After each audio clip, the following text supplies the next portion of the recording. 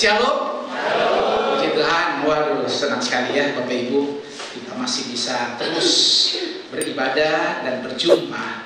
Itu adalah sebuah anugerah.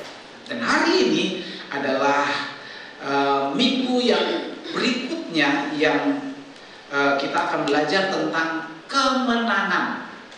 Jemaat yang menang. Yang ketiga itu dalam versi kemenangan jemaat Pergamus. Kita akan melihat itu di dalam Wahyu pasal 2. Kita akan membaca Wahyu pasal 2 ayat 17. Firman Tuhan berkata demikian.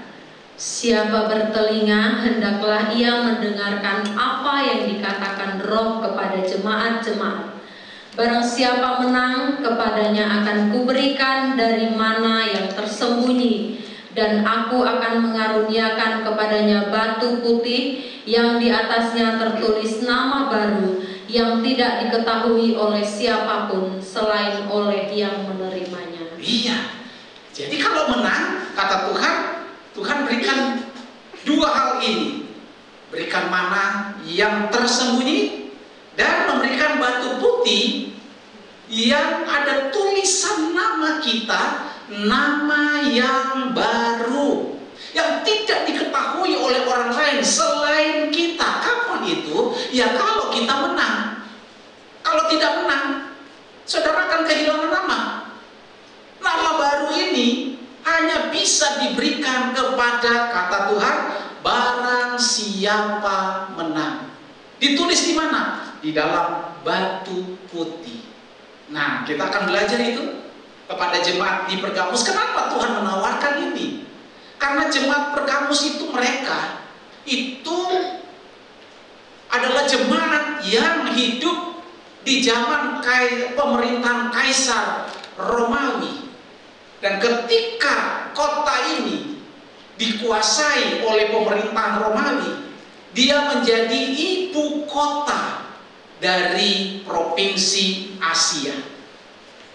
Tidak mengherankan kota Pergamus ini menjadi pusat penyembahan kepada kaisar dan kepada berhala-berhala. Di situ ada sebuah kuil yang bernama Asklepios, terkenal dan besar di kota Pergamus.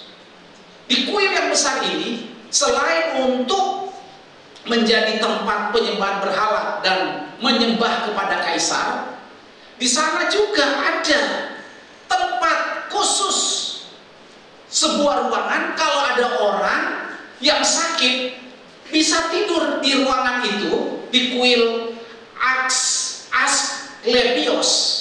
Kalau tidur di situ dan disentuh oleh ular, maka orang itu sembuh menurut catatan sejarah.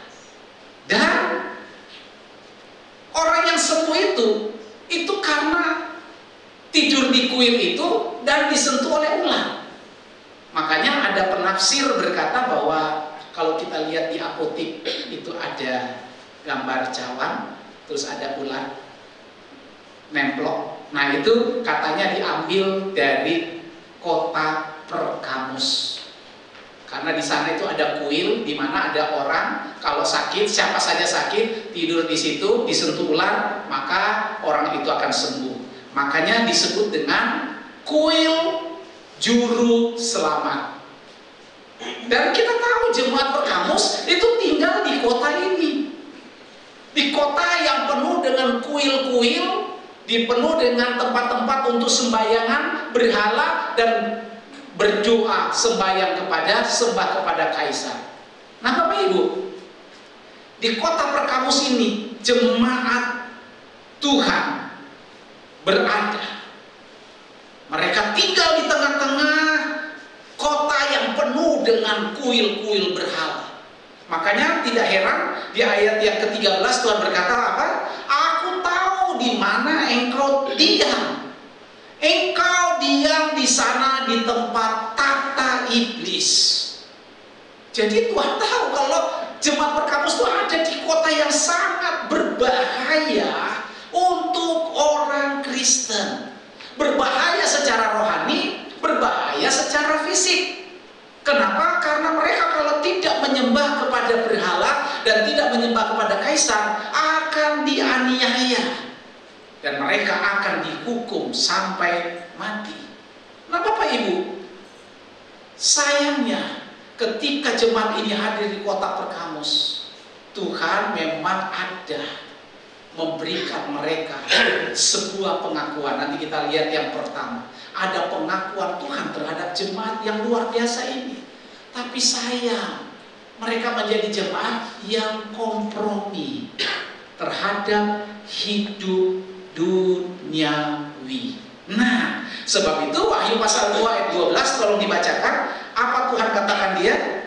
Dan tuliskanlah kepada malaikat jemaat di Pergamus, inilah firman Dia yang memakai pedang yang tajam dan bermata dua. Nah, Tuhan memberikan informasi kepada jemaat di Pergamus. Tulis kepada malaikat jemaat di Pergamus, inilah firman Dia yang memakai pedang yang tajam dan bermata dua. Ini disampaikan kepada jemaat. Nah, ternyata di jemaat Perkamus ada dua model jemaat. Ada jemaat yang menjadi sahabat Tuhan, tapi ada yang menjadi musuh Tuhan. Siapa yang menjadi musuh Tuhan? Adalah mereka yang kompromi terhadap hidup duniawi. Dan ini ada. Nah Bapak Ibu, kita akan belajar itu. Yang pertama, Tuhan membuat pengakuan terhadap jemaat ini. Mari kita lihat Wahyu pasal 2 ayat 13. Yang pertama ada pengakuan Tuhan. Dibaca. Aku tahu di mana engkau diam, yaitu di sana di tempat tahta iblis, dan engkau berpegang kepada namaku, dan engkau tidak menyangkal imanmu kepadaku, juga tidak pada zaman Antipas saksiku, yang setia kepadaku, yang dibunuh di hadapan kamu di mana iblis diam. Wow. Jadi Tuhan ada pengakuan bahwa jemaat Pergamus ini adalah jemaat yang walaupun diam di tahta iblis, jadi mereka tinggal di kota Pergamus yang penuh dengan berhala-berhala, kuil-kuil. Tuhan namakan tahta iblis. Nah, firman Tuhan katakan, engkau berpegang kepada namaku. Jadi ini adalah sebuah pengakuan dari Tuhan. Artinya apa? Mereka yang masih percaya pegang nama Tuhan, mereka percaya bahwa Yesus Kristus adalah anak Allah yang hidup, yang ada hidup di tengah-tengah mereka. Walaupun keadaan dan situasinya situasi yang sangat mencekam, tinggal di sekitar hidup bangsa kota yang penuh dengan berhala. Bapak Ibu Saudara sekalian, mari kita belajar ini sebagai suatu keputusan kita. Kita adalah orang-orang percaya yang hidup di tengah-tengah bangsa ini. Yang saudara lihat, kebenaran-kebenarannya semakin meluntur. Yang benar dianggap salah, yang salah dianggap benar, yang dosa dianggap tidak apa-apa, yang bukan dosa dianggap tidak modern, dianggap kampungan.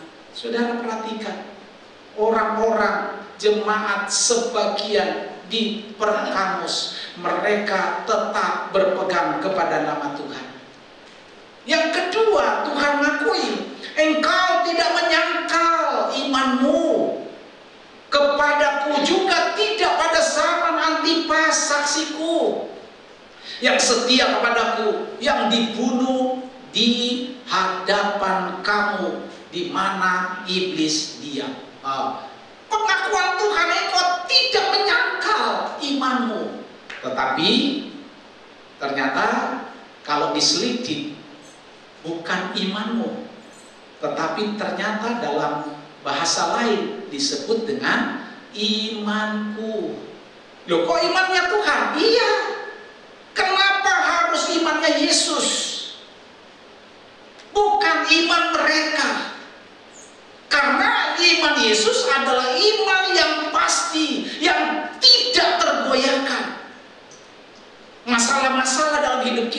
bisa menggoyahkan iman kita.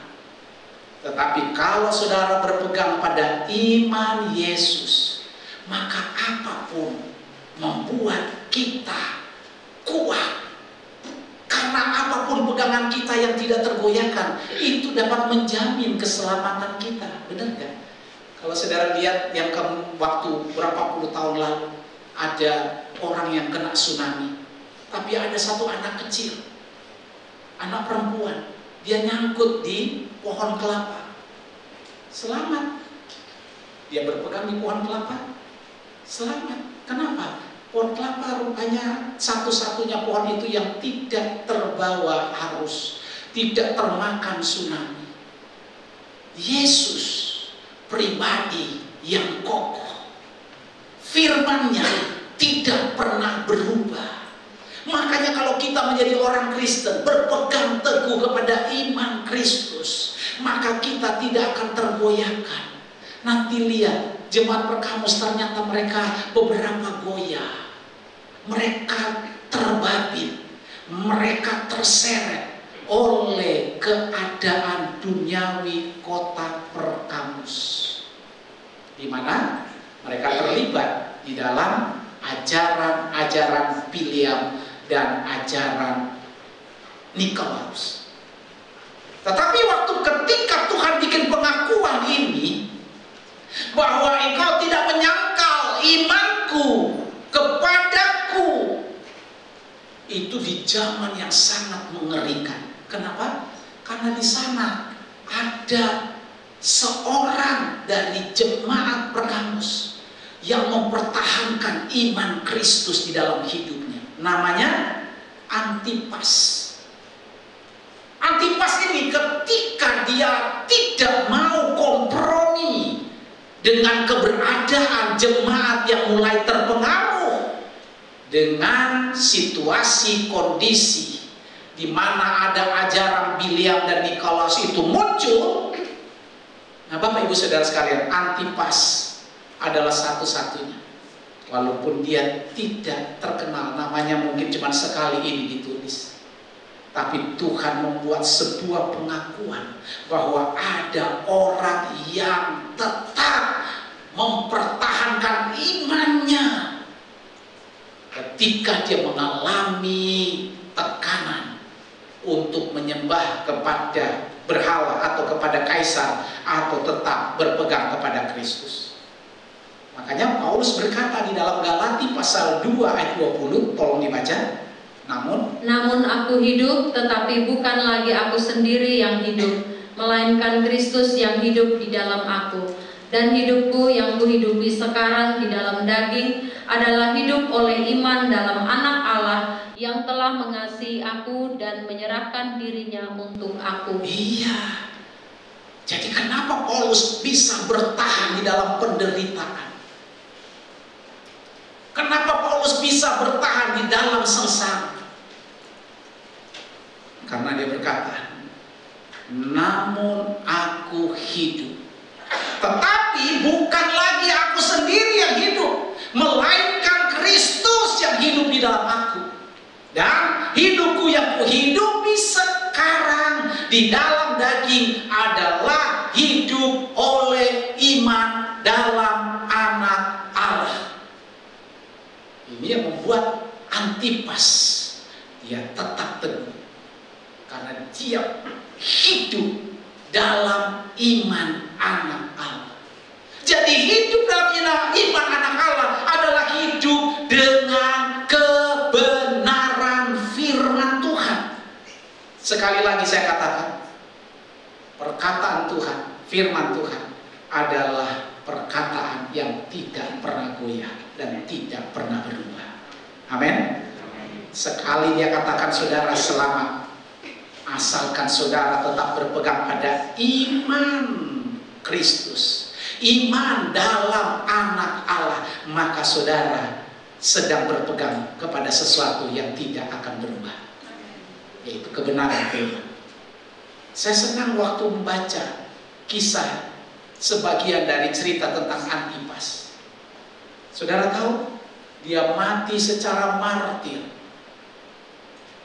ketika dia dipaksa untuk menyangkal nama Tuhan, Antipas dia tetap mempertahankan. Ketika dia ditangkap dan dianiaya, itu pas di depan jemaat Pergamus, karena firman Tuhan katakan begitu. Kamu melihat bagaimana waktu Antipas dibunuh, dan ternyata dibunuh itu tidak langsung dibunuh, dimasukkan di dalam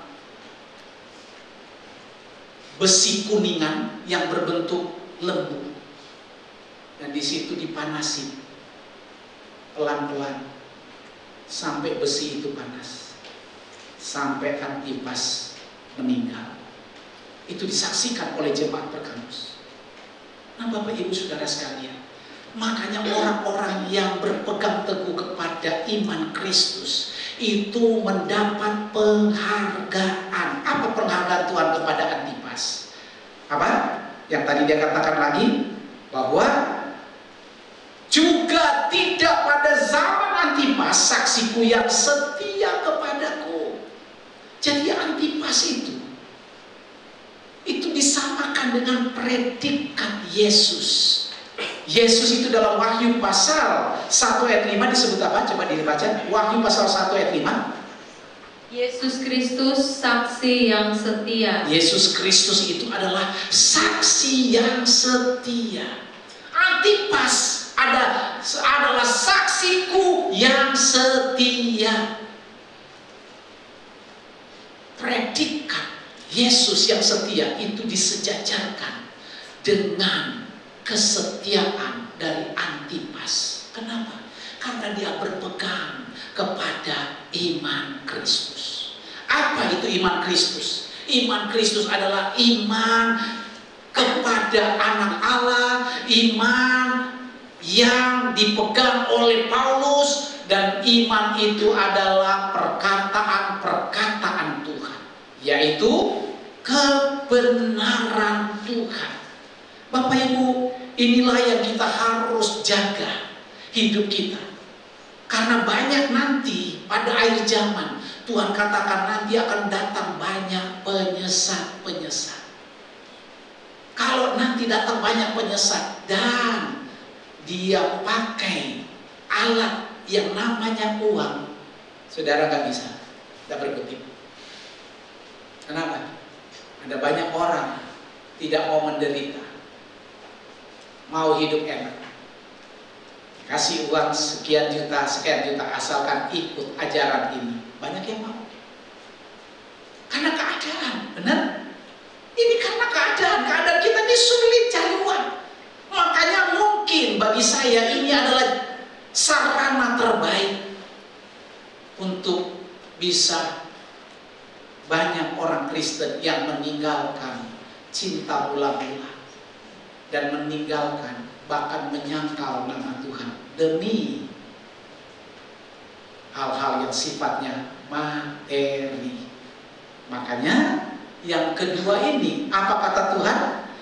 Tuhan punya keberatan terhadap jemaat Pergamus. Wahyu pasal 2 ayat 14 sampai 15. Tetapi aku mempunyai beberapa keberatan terhadap engkau di antaramu. Ada beberapa orang yang menganut ajaran Bileam, yang memberi nasihat kepada Balak untuk menyesatkan orang Israel, supaya mereka makan persembahan berhala dan berbuat zina. Demikian juga ada padamu orang-orang yang berpegang kepada ajaran pengikut Nikolaus. Ya, jadi kata Tuhan, yang pertama Tuhan bilang, aku tahu engkau tetap berpegang kepada namaku, engkau tidak menyangkal namaku. Tapi yang kedua ini, Tuhan bilang, aku mempunyai beberapa keberatan. Nah, dalam bahasa lain kata keberatan itu rupanya Tuhan menentang. Aku menentang kepada kamu karena engkau, bahkan di antaramu ada beberapa orang yang menganut ajaran Bileam dan ajaran Nikolaus. Nah, Bapak Ibu Saudara sekalian, jemaat Perkamus yang teguh imannya, tadinya mereka berpegang pada nama Tuhan dan tidak menyangkal iman Kristus, tapi sekarang mereka kompromi dan memberi toleransi kepada ajaran yang sesat ini, ajaran Biliam dan ajaran Nikolaus. Kita perlu belajar supaya kita menjadi orang Kristen. Jangan sampai kita adalah orang-orang yang tadinya diawali, kata Tuhan di dalam Galati pasal 3, kamu sudah memulai dengan roh, tapi sayang kamu sekarang mengakhiri di dalam daging. Kenapa mereka harus terlibat dengan ajaran Biliam dan ajaran Nikolaus? Karena ajaran inilah yang membuat mereka bisa menikmati keadaan dunia, bisa menikmati hidup kedagingan, bisa menikmati hidup duniawi. Jadi Bapak Ibu Saudara sekalian, hal-hal inilah yang saya mau katakan kepada saudara, perhatian Tuhan kepada jemaat Perkamus menjadi tidak ada manfaatnya. Mengapa? Karena mereka kompromi dengan pengajaran yang demikian. Apa pengajaran itu? Ajaran Biliam itu, kalau nanti saudara baca dalam Bilangan 25 ayat 1 sampai 9, dan Musa ketika menegur keras kepada bangsa itu, di dalam Bilangan 31 ayat 16 dibacakan. Bukankah perempuan-perempuan ini atas nasihat Bileam menjadi sebabnya orang Israel berubah setia terhadap Tuhan dalam hal Peor, sehingga tulah turun ke antara umat Tuhan? Iya. Apa ajaran dari Bileam? Ketika Bileam ini diminta oleh Balak, Raja Moab, untuk datang bernubuat, karena dia lihat orang Israel sudah datang dengan sebuah tentara pasukan yang besar yang bisa menelan Moab. Dan Balak bilang, Biliam, kamu datang, nanti saya kasih uang. Apa itu? Kamu bernubuat dan kutuk bangsa itu. Dia bilang, saya hanya mau datang. Kalaupun saya datang, saya hanya mau taat kepada perkataan Tuhan. Nanti kamu saya kasih uang, apa saja yang kamu minta saya kasih. Dia bilang, sekalipun kamu memberi yang terbanyak, bahkan separuh dari negerimu, engkau kasih ke aku, tidak akan aku berubah. Aku hanya mau katakan apa kata Tuhan. Sampai 3 kali. Dan akhirnya Biliam diizinkan Tuhan pergi untuk menyatakan nubuatan bahwa tidak boleh mengutuk tapi memberkati. Sukses. Saya lihat waktu saya membaca Bilangan, dia tuh ya bagus. Tetapi ketika dia tahu di balik semuanya itu ada uang, saudara tahu, dia bicara kepada Raja Balak untuk membuat supaya umat Tuhan yang kamu lihat begitu hebat, yang begitu dahsyat, yang dipimpin oleh Tuhan, itu Israel, bagaimana supaya mereka berubah setia? Gampang. Kamu ambil perempuan-perempuanmu yang masih bagus, perawan-perawan, disodorkan kepada mereka, kepada tentara Israel, pasukan Israel. Kasih perempuan-perempuan yang bagus, yang cantik. Apa yang terjadi? Supaya katanya mereka dapat mengikat orang Israel dan mereka berubah setia. Berubah setia. Dan inilah yang membuat Tuhan mengutuk orang Israel. Tuhan menghukum mereka. Kenapa? Karena mereka berbalik setia. Dan di dalam jemaat Perkamus ini, dalam surat Wahyu pasal 2, Tuhan mengingatkan bahwa mereka orang-orang di dalam ajaran Bileam. Di dalam Wahyu dikatakan ajaran Bileam itu apa? Makan persembahan berhala dan berzina. Makan persembahan berhala dan berzina. Dan kalau makan di sini artinya pesta pora. Pesta pora. Dan orang lihat di zaman dulu, kalau sudah bilang pesta pora, mesti ada apa di sana? Mabuk-mabukan. Kalau sudah mabuk-mabukan, mesti ada apa di dalamnya? Persinahan. Ini yang membuat umat Tuhan keluar dari kesetiaan. Untuk sekarang mungkin kita tidak berzina dengan perempuan secara fisik, tetapi ini adalah konsep iblis untuk menyodorkan supaya kita melakukan persahabatan dengan dunia. Nah, ini konsepnya, Bapak Ibu Saudara sekalian. Jadi namanya kan makan persembahan berhala dan berzina secara rohani, itu artinya kita terlibat di dalam persahabatan dengan dunia. Nah, kalau kita bersahabat dengan dunia, Yakub pasal 4 ayat 4 bilang apa? Dibaca. Hai kamu orang-orang yang tidak setia, tidakkah kamu tahu bahwa persahabatan dengan dunia adalah permusuhan dengan Allah? Jadi barang siapa hendak menjadi sahabat dunia ini, ia menjadikan dirinya musuh Allah. Iya. Jadi orang yang tidak setia, dalam terjemahan lama dikatakan hai orang-orang pesinah. Jadi yang tidak setia dengan nama Tuhan, tidak setia dengan iman kepada Tuhan, itu namanya pesinah. Pesinah rohani itu artinya bersahabat dengan dunia. Apa kata dunia? Itu kita ikuti. Nah, saudara, ini yang mengerikan di zaman akhir ini, Bapak Ibu. Gereja sekarang terlibat dengan hal-hal yang demikian. Apa itu hal-hal demikian? Persahabatan dengan dunia. Karena Tuhan katakan bersahabat dengan dunia itu pasti menjadi musuhnya Allah. Kalau musuhnya Allah itu pasti apa? Kena pedang. Tuhan bilang tadi apa? Aku akan datang dengan pedang.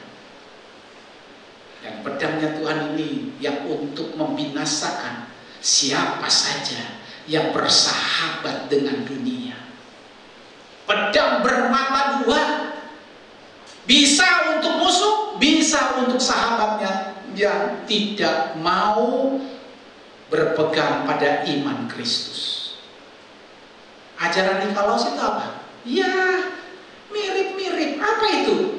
Di dalam terjemahan Nikolaus itu artinya Nikos, artinya menaklukkan.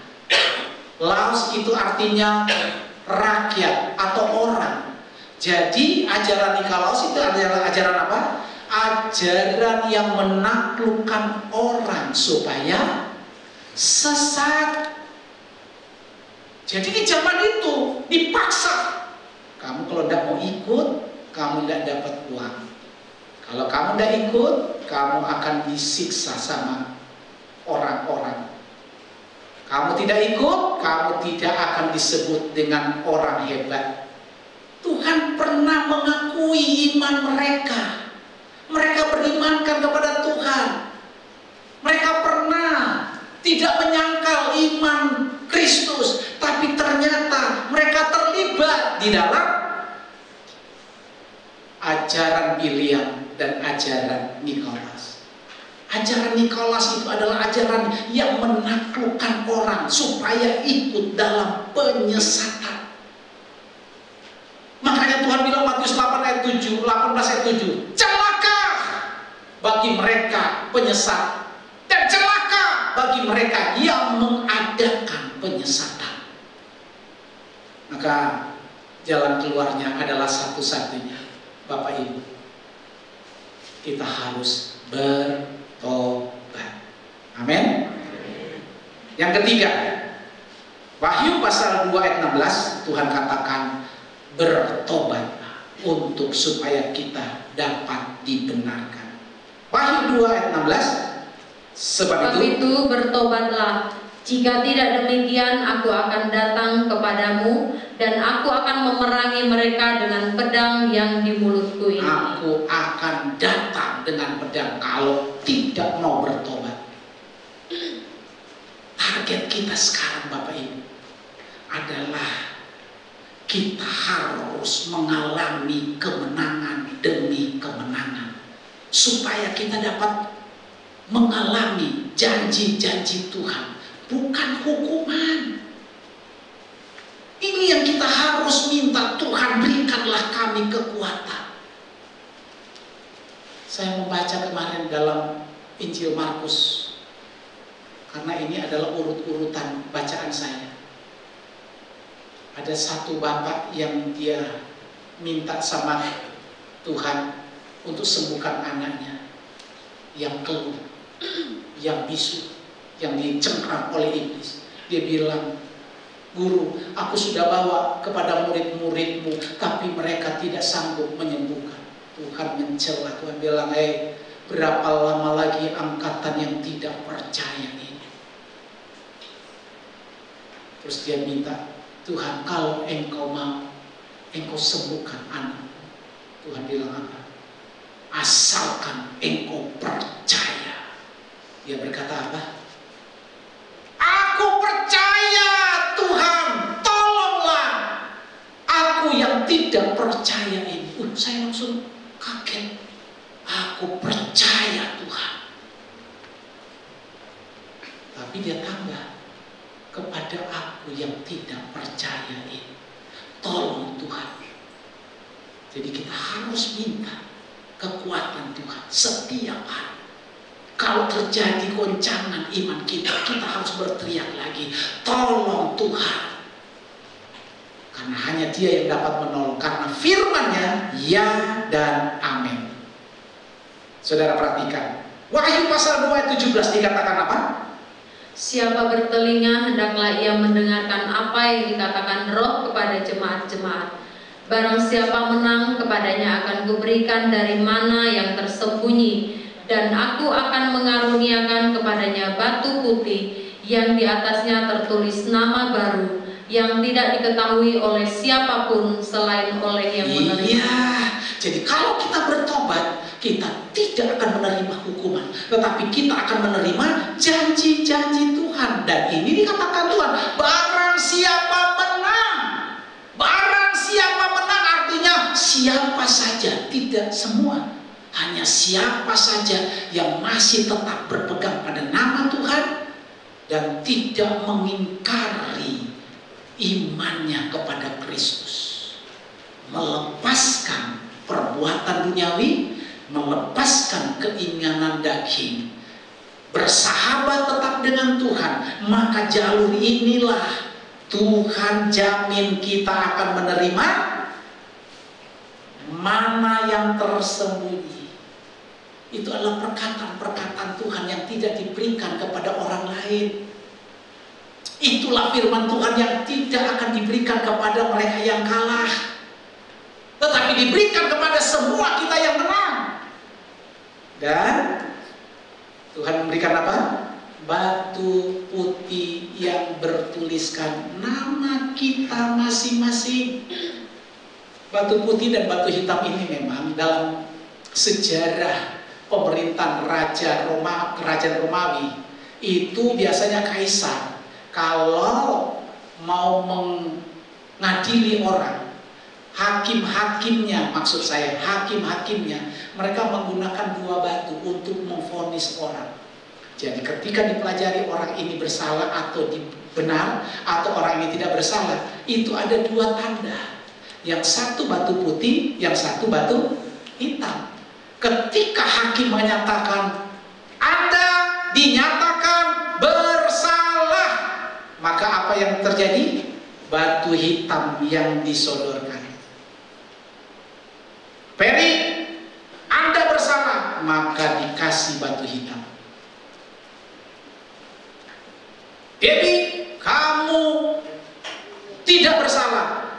dikasih batu putih. Gitu. Jadi cuma tandanya batu hitam atau batu putih. Saya kasih tahu saudara, makanya Tuhan menggunakan situasi waktu itu dengan memberikan jaminan kepada orang-orang jemaat Pergamus. Kalau kamu menang, aku akan berikan mana yang tersembunyi, yaitu perkataan Tuhan, tidak untuk mereka yang kalah, hanya diberikan kepada mereka yang menang. Yang kedua, diberikan batu putih, yang di atas batu putih itu ada tulisan nama kita yang baru. Saya berpikir, Tuhan, kalau begitu nama saya nanti apa? Nanti kalau saya sudah dapat batu putih, baru saya lihat, oh, nama baru saya ini, yang hanya tahu saya. Nah, Bapak Ibu Saudara sekalian, Tuhan katakan barang siapa, jadi siapa saja. Jadi kalau saudara nanti terima batu putih, itu artinya saudara dibenarkan, tidak dipersalahkan. Kalau batu hitam saudara dipersalahkan, kalau batu putih saudara dibenarkan. Alkitab menjamin, firman Tuhan menjamin, bagi mereka yang dibenarkan, Tuhan katakan tidak boleh dihukum. Kenapa? Sebab dosanya sudah diampuni. Kenapa? Bertobat, bukan cuma percaya, tapi bertobat. Dan yang kedua, mereka berhak menerima semua janji-janji berkat untuk orang benar. Jadi kalau barang siapa menang, saudara dapat batu putih, itu artinya saudara dibenarkan. Dibenarkan itu artinya tidak boleh dihukum. Dan yang kedua, saudara berhak menerima semua janji berkat bagi orang benar. Perhatikan dengan baik. Kemenangan bagi orang yang mau menang, orang yang mau bertobat, itu adalah merupakan hak yang diberikan oleh Tuhan. Nama baru itu artinya saudara mengalami yang namanya kehidupan baru. Dan kehidupan baru ini saudara tidak akan merasakan lagi hidup yang lama. Kehidupan yang baru ini saudara akan lupa, bahkan tidak ada ingatan dengan masa lalu. Wah, ini yang membuat saudara-saudara kita harus berani. Dan orang yang mendapatkan kehidupan yang baru ini, mereka adalah orang-orang yang konsisten, berdiri teguh di dalam kebenaran Tuhan, dan tidak kompromi terhadap keinginan-keinginan duniawi dan keinginan-keinginan kedagingan ini. Tuhan katakan, apa yang bisa membuat kita menang adalah iman kita. Inilah kemenangan yang bisa mengalahkan dunia, adalah iman